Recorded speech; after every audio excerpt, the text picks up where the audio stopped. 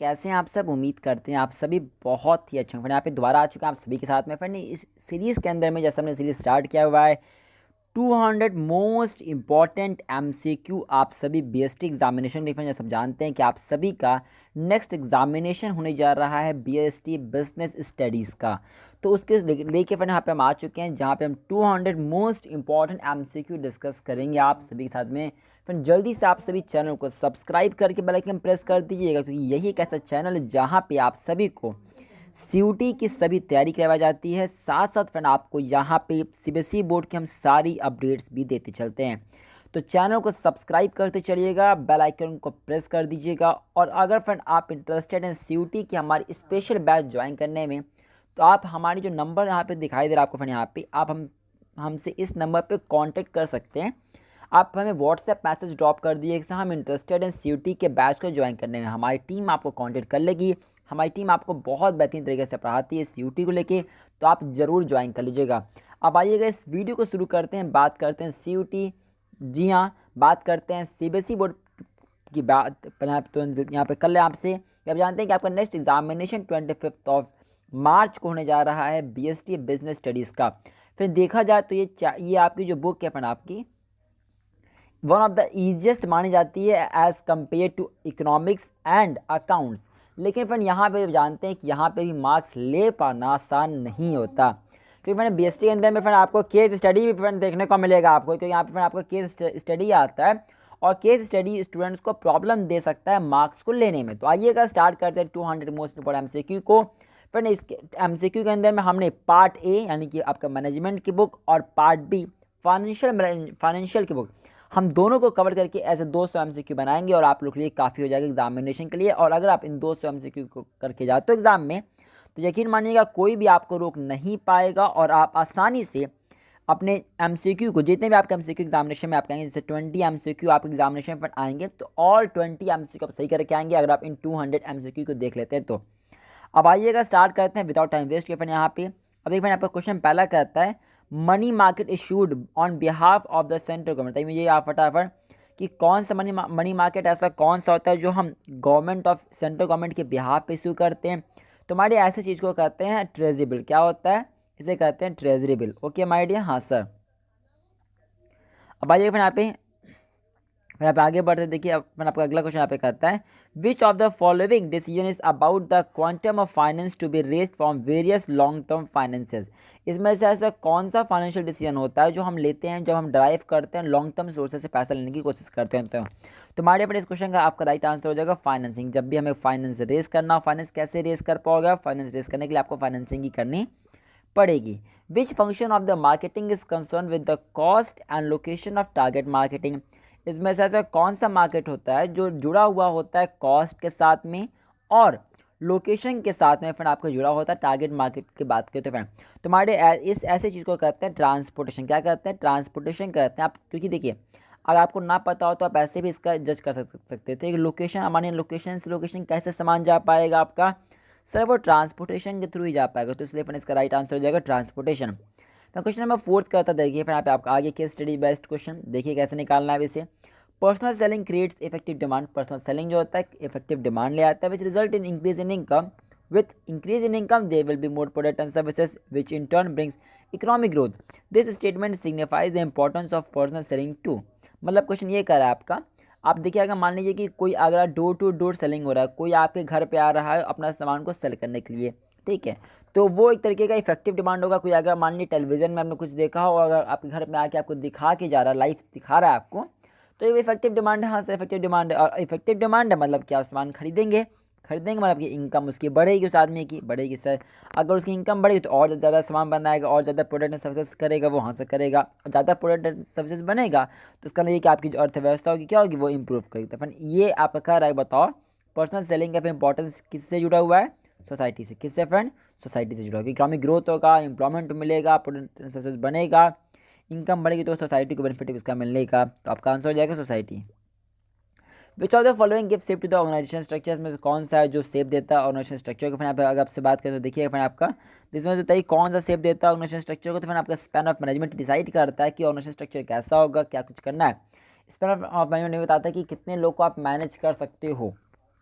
फिर question number 6 आपका fun ये कहता है under which training method both the technical institutes and the business organisation jointly impart training to the employees. इसमें से ऐसा कौन सा फंड देखिए हमारा होता है, तो हमारे ऐसे ही चीज़ को बोलते हैं आपका इंटर्नशिप ट्रेनिंग। क्या कहते हैं? Internship training.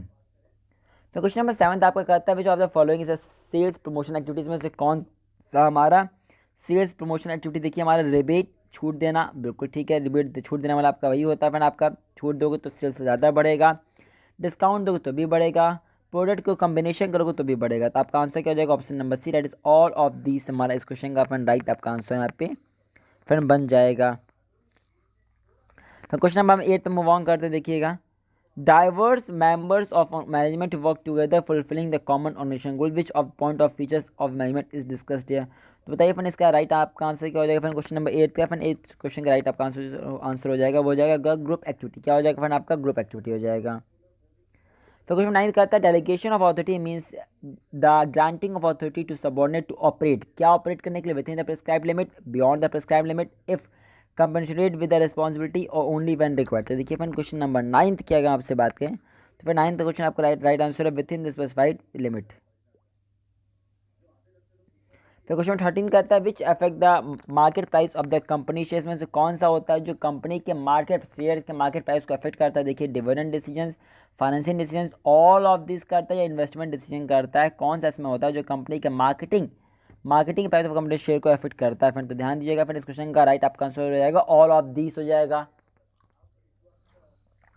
Option number B आपका हो जाएगा।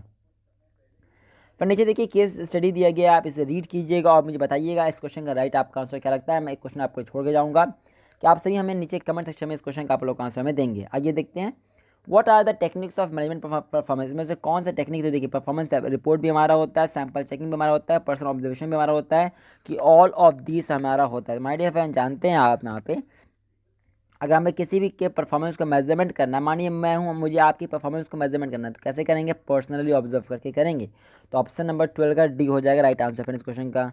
तो क्वेश्चन नंबर 13 की बात करें आपसे, क्वेश्चन 13 आपकी कहता है which type of leadership relationship exist between the levels of satisfaction of consumers and the level of inventory. बताओ तो इसमें किस तरीके का क्या हमारा होता है? माय डियर बता दें आपको इसमें। तो फिर अगर फ्रेंड आपसे क्वेश्चन 13 की बात करूँ, क्वेश्चन 13 की अगर मैं आपसे फ्रेंड बात करूँ तो आपका हो जाएगा बी। क्या हो जाएगा फ्रेंड? बी। मतलब कह रहा है कि विच टाइप ऑफ कौन सा रिलेशनशिप एग्जिस्ट करता है level of satisfaction of customers की with the increase in with the inventory में। तो फिर आपका हो जाएगा इनडिफरेंट। क्या हो जाएगा? इनडिफरेंट इस क्वेश्चन का राइट आंसर हो जाएगा। तो क्वेश्चन नंबर 14 कहता है the complete awareness and understanding of the business environment is called. Completely आप अवेयर हो कि क्या हो रहा है क्या नहीं हो रहा, आप पर्यावरण को समझ पा रहे हो क्या हो रहा है क्या नहीं हो रहा बिजनेस इन्वायरमेंट में, तो वो किसका पार्ट हमारा कहलाएगा? तो हमारे वो कहलाएगा इकोनॉमिक इन्वायरमेंटल अवेयरनेस के अंदर। किस में फिर आपका आएगा? इन्वायरमेंटल अवेयरनेस के अंदर में फिर आपका यहाँ पे आ जाएगा। तो क्वेश्चन नंबर 15 की बात करें, क्वेश्चन 15 का आता है आपका the primary aim of financial management. बताइए इसमें से प्राइमरी फंक्शन क्या होता है? अगर हम इसकी बात करें तो फिर इसका राइट आंसर हो जाएगा ऑल, मतलब इसमें फिर आपका देखो मैक्सिमाइजेशन ऑफ शेयर्स भी हमारा होता है, मैक्सिमाइज करना शेयर होल्डर्स के वेल्थ को, ये भी हमारा होता है, मैक्सिमाइज करना मैक्सिमाइजेशन करना वेल्थ को, ये भी हमारा होता है। तो इसमें से कौन सा फ्रेंड आपका पूछ रहा है कौन सा सेस में है? तो फ्रेंड तीनों होते हैं हमारे, तो आपका आंसर हो जाएगा 12 का 15 का आंसर, 15 का आंसर। तो क्वेश्चन नंबर 16 आपको ये कहता है planning is looking with what. Planning क्या है? देखिए प्लानिंग क्या है फ्रेंड आपका, तो फ्रेंड ध्यान दीजिएगा, planning is concern with looking forward. क्या हो जाएगा? Planning is concern with looking forward. तो 12 का राइट आपका आंसर हो जाएगा फ्रेंड ऑप्शन नंबर ए। तो क्वेश्चन 17 का आता है blank is useful in reducing the burden of the managers में कौन सा होता है जो मदद करता है किसी भी मैनेजर के बर्डन को रिड्यूस करने में? तो फिर अगर मैं क्वेश्चन 17 की बात करें तो ध्यान से देखिए, फिर क्वेश्चन 17 का राइट आंसर हो जाएगा डेलीगेशन। क्या हो जाएगा? Delegation is the right answer, option number D हो जाएगा। तो क्वेश्चन 18 का आता है which source of recruitment is not available to the new organisation में से कौन सा अवेलेबल नहीं है नए ऑर्गेनाइजेशन के लिए? तो क्वेश्चन 18 की अगर आपसे बात करें तो आपका आंसर हो जाएगा इंटरनल। क्या हो जाएगा? आपको हो जाएगा इंटरनल। ठीक है फिर क्या हो जाएगा? इंटरनल। इंटरनल वो सोर्स है जो अवेलेबल नहीं होता नए ऑर्गेनाइजेशन को। क्वेश्चन नंबर फिर आप आगे बात करते हैं क्वेश्चन 13 ये आपका होगा। फिर क्वेश्चन 13 का 19 का आता है a portion of profit after tax which is distributed to the share holder in blank. तो बताइए क्या होता है हमारा? फिर क्वेश्चन 19 की अगर मैं आपसे बात करूँ तो आपका आंसर हो जाएगा यहाँ पे डिविडेंड डिसीजन। क्या हो जाएगा? डिविडेंड डिसीजन आपका हो जाएगा फ्रेंड। फिर क्वेश्चन नंबर 20 की बात करते हैं, लास्ट क्वेश्चन मूव ऑन करते हैं। इसमें से कौन सा फीचर हमारा डिमोनेटाइजेशन के तरीके से बताइए कौन सा हमारे फीचर्स में ऑल ऑफ दिस हमारा इसका फायदा देता है? ध्यान दीजिएगा फ्रेंड। ठीक है फ्रेंड आपका yes sir all of this. तो फ्रेंड ये कुछ हमने क्वेश्चन MCQ डिस्कस कर लिया है, जैसे मैंने कहा है आप 200 मोस्ट इंपॉर्टेंट MCQ, उसमें हमारी पहली सीरीज हमारी हो चुकी है। वीडियो को लाइक करिए, चैनल को सब्सक्राइब करके जाइएगा, बेल आइकन प्रेस कर दीजिएगा। और देखो नीचे आपको पूरा पेपर दिखाई दे रहा है, मैं को दिखा देता हूँ पूरा पेपर, आप इसे सॉल्व खुद से कीजिएगा वीडियो को पॉज करके। और आप हमें आंसर सेंड कर सकते हैं टेलीग्राम, जो हमारा ये ऊपर नंबर दिएगा उस पर सेंड कर सकते हैं फ्रेंड। और आपसे रिक्वेस्ट करते हैं टेलीग्राम चैनल जिसका नाम अभी उसे भी ज्वाइन कर लीजिएगा, चैनल को सभी स्टूडेंट सब्सक्राइब कर लीजिएगा और इस वीडियो को शेयर कर दिएगा अपने सभी फ्रेंड्स के पास। आप फिर मिलता है आपसे अगली पेपर के अंदर में फ्रेंड यहाँ पे। So thank you for the watching this video, thank you.